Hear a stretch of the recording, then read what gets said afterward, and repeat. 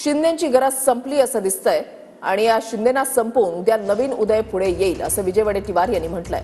काही उदय दोन्ही दगडांवर हात मारू नयेत। विजय वडेट्टीवारांचा रोख नेमका कोणाकडे या संदर्भातली चर्चा आता सुरू झालेली आहे।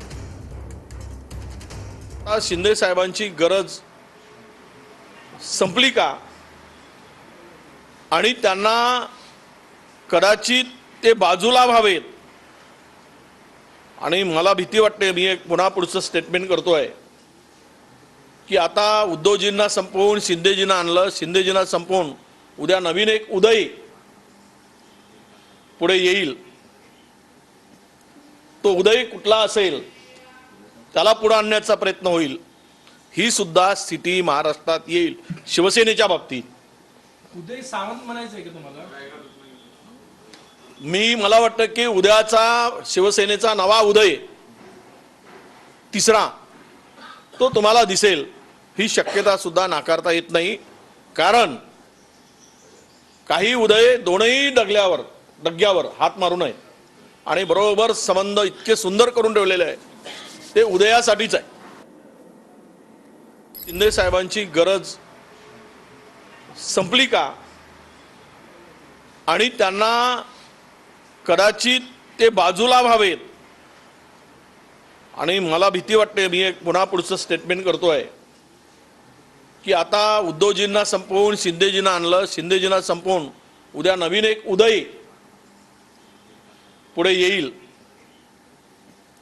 तो उदय कुठला असेल त्याला पुढे आणण्याचा प्रयत्न होईल। ही सुद्धा स्थिती महाराष्ट्रात येईल शिवसेनेच्या बाबतीत। उदय सामंत म्हणायचंय का तुम्हाला?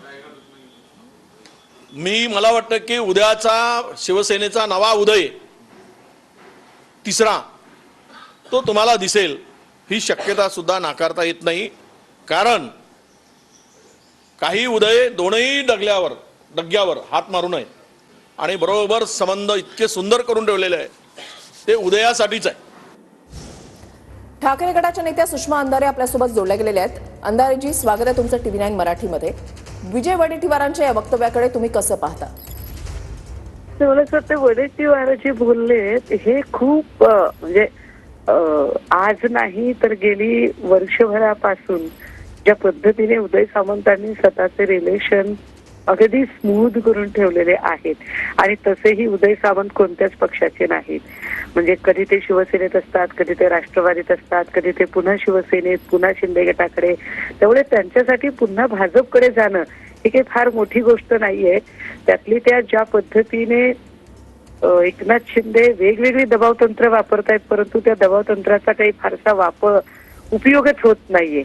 आत्ताही पालकमंत्री पदावरून त्यांचं दरेगावी जाणं, परंतु त्याची भाजपने अगदी खिचगिंतीतही त्यांना न धरणं, या सगळ्या गोष्टी बघता कदाचित शिंदे भाजपापासून दूर जात आहेत आणि त्याच वेळेला उदय सामंत एक स्वतःचा नवा कंपू तयार करतायत का असं सुद्धा चित्र दिसायला वाव आहे। थोडं वडेट्टीवार जे बोलले ते निश्चितच तथ्य आहे त्याच्यात। वडेट्टीवार म्हणतात की तिसरा उदय सुद्धा होऊ शकतो।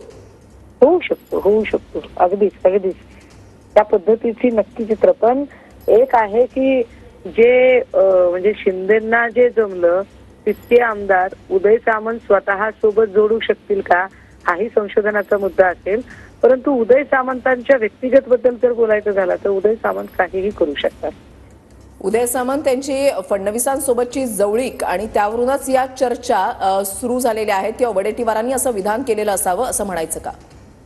अगदीच त्यांची फक्त फडणवीसांशी जवळीक असं नाही तर उदय सामंत एक असे नेते आहेत की ते एकाच वेळेला अजितदादा असतील, देवेंद्रजी असतील किंवा इकडे लोक असतील, या सगळ्यांच्या सोबत एक जगतमित्र म्हणून स्वतःची नातेसंबंध जपत आहे। म्हणजे शिंदेंनी जे केलं तेच उदय सामंत आता करू पाहतायत असं तुम्हाला म्हणायचंय? हे बघा, कर्मा रिटर्न्स, प्रत्येकाचं कर्म परत फिरून येत असतं। History repeats itself. आणि शिंदेंनीही याच्यामध्ये काही वाईट वाटून घ्यायचं काही कारण नाहीये। कारण शिंदेंनी तरी कोणत्या इमानीद्वारे मुख्यमंत्रीपद मिळवलेलं होतं? शिंदेंनी सुद्धा बैमानीच केलेली होती। शिंदेंनी एका पक्षाशी, ज्या पक्षाने त्यांना शाखा प्रमुखापासून नगर विकास मंत्रालयापर्यंत पोहोचवलेलं होतं, शिंदेंनी त्यांच्याशी दगाफटका केला। तर जर शिंदेंना कोणी दगाफटका केला तर शिंदेंना हे बोलायचा नैतिक अधिकार नाही की माझ्याशी दगा झाला. मुळात सगळ्या दगाबाजीतनच उभे राहिलेले लोक ते म्हणतात ना की बैमानी का धंदा तो भी इमानदारी से करो, परंतु बैमानीचा धंदा ही बैमानीनेच करायचा हा संस्कार रुजला असेल तर त्याच्यावर कोण काय बोलू शकतं. धन्यवाद अंधारेजी, तुम्ही आमच्याशी या संदर्भात सविस्तर संवाद साधण्यासाठी आणि तुमची प्रतिक्रिया देण्यासाठी.